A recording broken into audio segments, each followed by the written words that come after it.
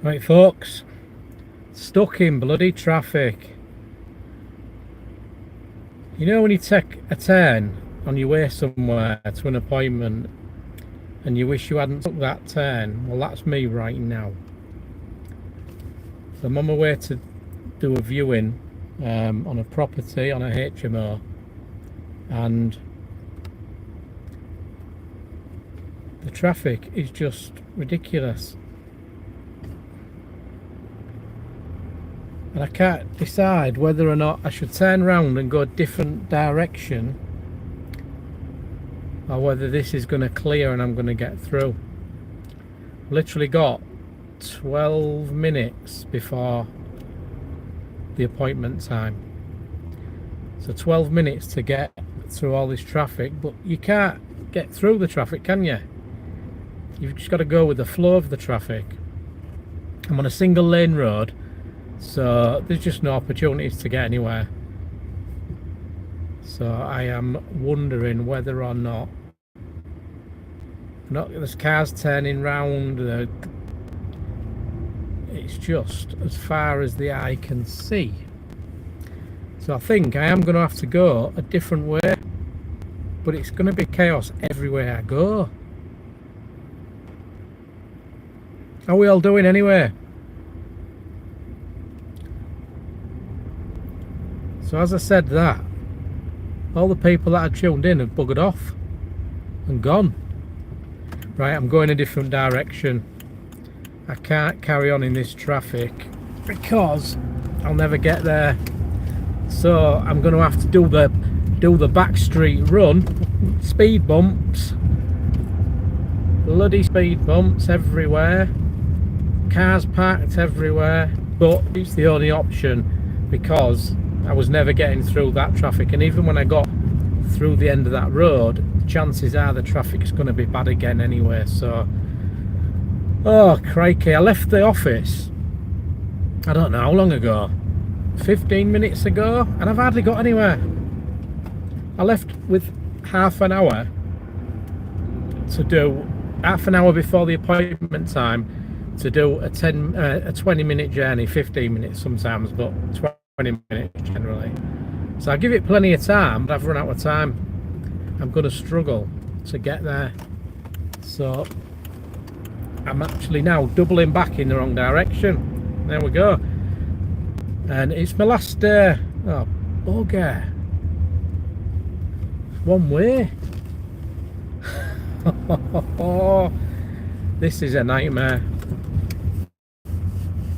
I hate being late. I always leave plenty of time when I go to appointments, because it's a pet hate of mine.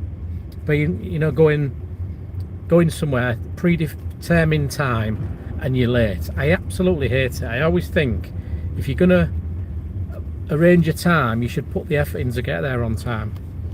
But this is one of them occasions where I'm stuck in the car behind other cars and I just can't get to where I need to go, because it's getting to that time of the day, rush hour, where everybody's on the road, either trying to get back to their offices, back to wherever, and then some others are trying to get home. So, and I'm going the wrong way. I'm going the wrong way. I know we normally finish, our office closes at 4:30, and this appointment's in completely the wrong direction, and so I'm going in the wrong direction to an appointment which I'll be lucky if I finish it before finishing time, and then I've got to drive the whole distance across the city, which ain't great, is it? But hey, that's what happens, isn't it? It's what you've got to do. If you're a business owner, you've got to do these things, and you also can't expect other people to do stuff you wouldn't do either, can you? So here I am doing the do. How are we all doing? So I've got some highs. So hi, is that Avrageek? Hi Ayla. It's okay, you'll make it. Well, I hope I do make it. Literally got, I say, about 10 minutes to get there. But of course, there's a chance who I've got the meeting with is late as well. And if that's the case, all be good, won't it? But we don't know, we'll have to see. So I am in Hull, if you didn't know. I'm a property investor, developer, and I run a HMO management agency. So we manage houses where each room is rented to individual people, and they share the kitchens and so on. So that's what we do. So that's what I'm going to go to now, is one of the properties we manage. And Hull's a city, it's quite a busy place, especially right now. And you have to, I don't know if you just heard that motorbike go past. Every drivers all over the cycle lanes. It's just a crazy environment to drive in sometimes. We've got, shouldn't be. Yeah, just traffic, isn't it? So I hope you're all doing okay today. What you got planned for tomorrow and what you got planned for the weekend, tell me in the comments. For me, tomorrow I'm going to London. I'm going to an event, and I'm going to be producing a video for this YouTube channel. I can't say anymore, as I've said on some other videos. I can't say anymore because I don't want it to go wrong, or to be what's the word, sabotaged. So this video I've got planned could be amazing, or it could be sabotaged and just go a bit wrong. So we'll see, but I might have to do a bit of covert recording. So obviously that's going to be a little bit awkward and won't be the best footage, but hopefully it'll give people an insight into what the topic of the video is. So that's the plan for tomorrow. But I've got to be up and drive across town to the train station and get there for a 5:30 train. So I'm up at 4:30, quick coffee, out the door, and drive into the town centre to the train station. So it's going to be a really early morning tomorrow, and I'm there all day, and I'm going to get back about 11 o'clock at night. So it's going to be a really long day. But I'm actually, as much as it's going to be a long day and challenging and just could go all Pete Tong, all go wrong, I'm looking forward to it because it could be really good. But that's the plan anyway for tomorrow. And then the weekend, I'm gonna get a shower. Now you're probably sat there thinking, yeah, and why is that amazing? Well, we've been having our bathroom refurbished, so we haven't had a shower, as in a physical, the actual shower cubicle, for a few weeks. And we've been having to go to family and friends to have showers. I actually had a shower this morning at one of the properties we own, and we own it and manage it, because we got a vacant room with an ensuite shower. It's a really nice room, so I went there before I went to the office and had a lovely shower this morning. So Saturday, all being well, our shower will have been finished, our bathroom completely will have been finished on Friday, tomorrow, and I can then have a shower on Saturday. I think we'll all in the house, we'll all be having a shower on Saturday because we've all missed it massively. There's something, I love a shower. I really like getting a shower. So I'm looking forward to that. So I'm just driving down what we call Bankside and Wincoln Lee. Strange name, isn't it? In Hull. Cutting across through an industrial area. And I saw a post on social media, on Facebook. No, LinkedIn. It was on LinkedIn last night. And the post was about somebody's locally, another developer, I don't know the person, has bought a property and they're converting it to flats or apartments, as you may call them from where you are. And it's a lovely building. So it's not big, it's not massive, but it's a lovely looking building. So I thought, oh, I wonder where that is, and it's down, I think it's Green Lane. So I looked on the map to see where it was, and it's off where I am now, and it's a real industrial area. Nobody lives here. It's really industrial. In fact, I'm just passing it, I think, now. It's somewhere around where I am now, yeah. So it's a lovely building, but it's not a nice area for anybody to live. So all I can think is they're going to run it as Airbnb, which might work, but the trouble is people will stay once, and the way to run Airbnb is when you have companies putting their staff in there when they're like working on a contract or something. But the first time the guys come, they'll be like, "There's no here. We're in a horrible factory type industrial area. We're not coming back." So I can't honestly see it working, but I did say I'll look forward to watching it and seeing if it does work, because that's sort of my thing, commercial conversions, converting old business buildings, offices, care homes, things like that, into residential accommodation. So HMOs, shared houses, serviced accommodation and so on. So it's my bag. So I'll be interested to see, because sometimes you can be overcautious yourself. It's really easy, because obviously when you're doing property, that you're talking big bucks, aren't you? You're talking a lot of money, and it's really easy to be overcautious. And I guess the beauty is in property, if you look at a building and you look at it for one particular use, it might not work financially, the numbers might not stack up, so you move on.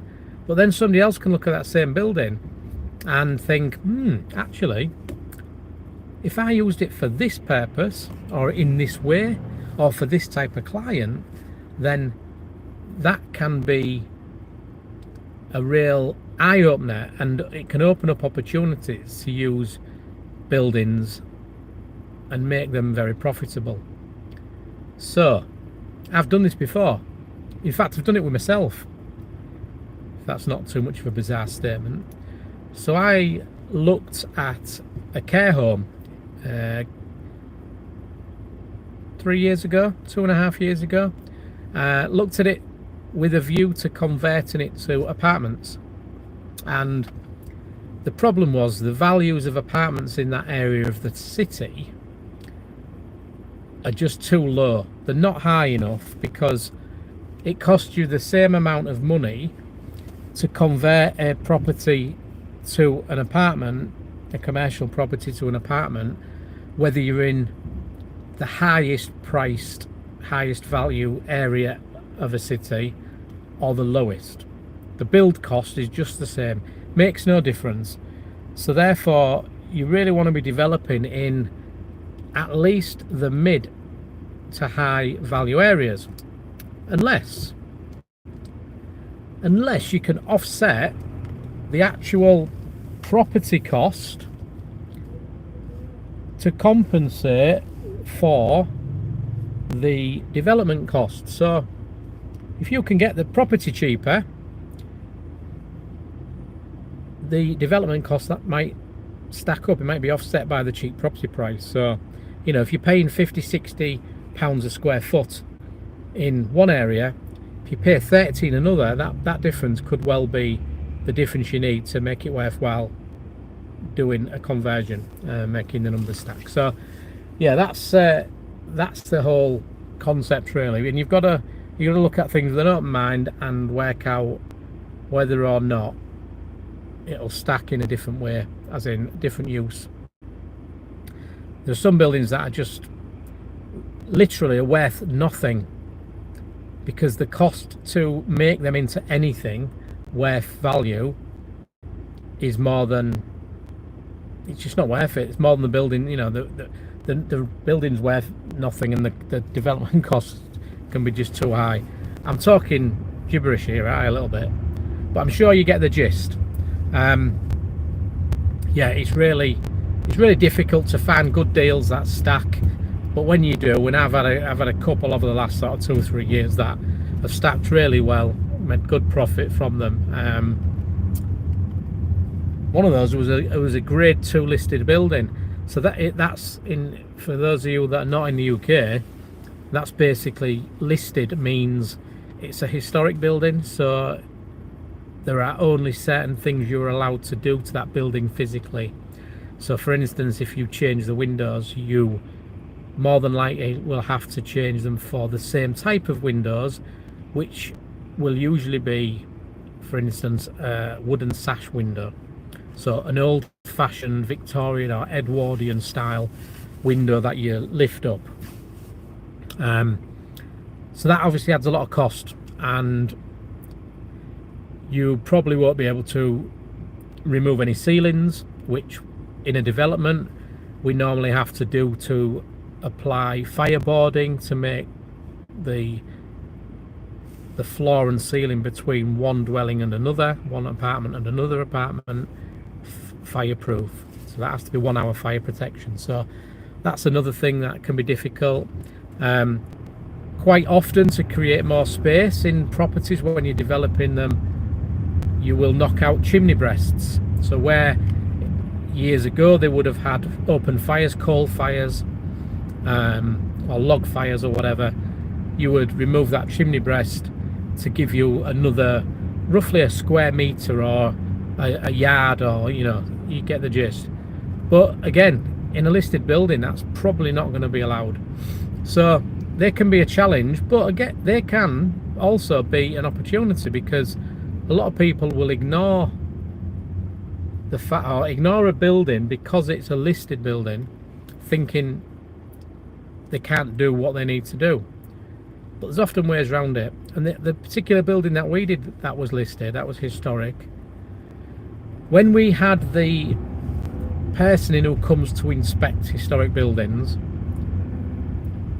they came in and were really surprised, because most of the historic parts of the building, so things like plaster coving, ceiling roses and things like that, door frames, doors, they'd all been changed over the years already. So there was actually no historic parts of the building beyond the front of the building, the windows and doors, that was left. So they were actually a bit disappointed, and they did make us keep a chimney breast that had no fire or fireplace. It was literally just what we call a stud wall, a plasterboard wall around it. So there was no historical interest in that, but he made us keep that, which small price to pay. So we actually had no issues whatsoever with our commercial conversion when on the listed building. It was quite easy. So yeah, on the lookout for some more. Any more comments? Am I boring you to death yet? If you just joined, I'm stuck in traffic. I'm literally now 1 minute late to a viewing, but I'm only hopefully a couple of minutes down the road. So I ended up stuck in traffic for about 15 minutes, and to turn around, go in the opposite direction, go down some back industrial streets to get back on track. So I've recovered a lot of time, but I am late, and I hate being late. That's why I started off this live, just talking about people really should put the effort in to make sure they're not late if they make an appointment, and I hate being late, and today I'm going to be. So hi to Fortnite Videos Weekly. What is Fortnite? I've seen that word many times, and I've always wondered what it is. So is it a game? I'm guessing it's some sort of game, and you may be a gaming channel. Can you comment below and just let me know if that's true or not? Yeah, it's a game that's very popular. Yeah, it seems very popular, because I've seen loads of channels and things with that name. I've seen the Fortnite name quite a lot. Can you tell me what the type of game it is? What's it all about?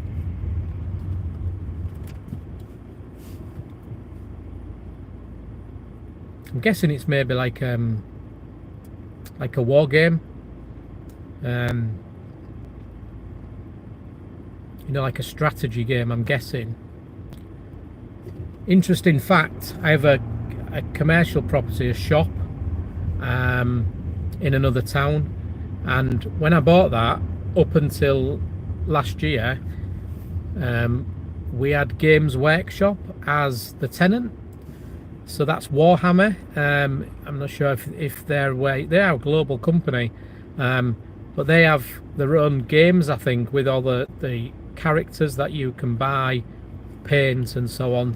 And people used to go into the shop and play a game, like play a Warhammer game, and then every, you know, so many times a year, I guess, they bring out new series of characters and new games, and then everybody buys them and they all meet in the shop and have this war game and stuff.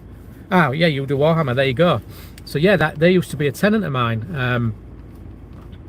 And when you've got a commercial property, so like a shop, the property is valued by how good the tenant is.